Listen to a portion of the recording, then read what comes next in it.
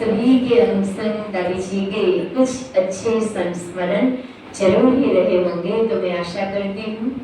आइए आप में से, हाँ आओ रमाबेन, और भी आप में से कोई भी बहन सुनाना चाहे सुना सकते हैं। रमाबेन।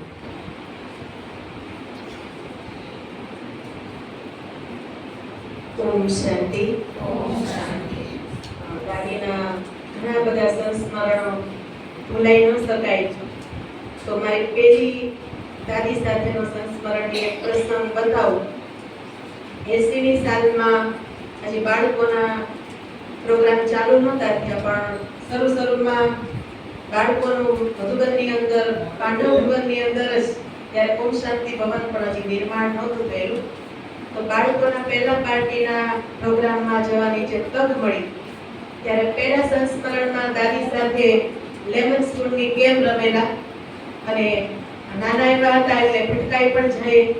એ વખતે દાદીએ જે ગોદમાં લઈને આમ જે રિસ્પોન્સ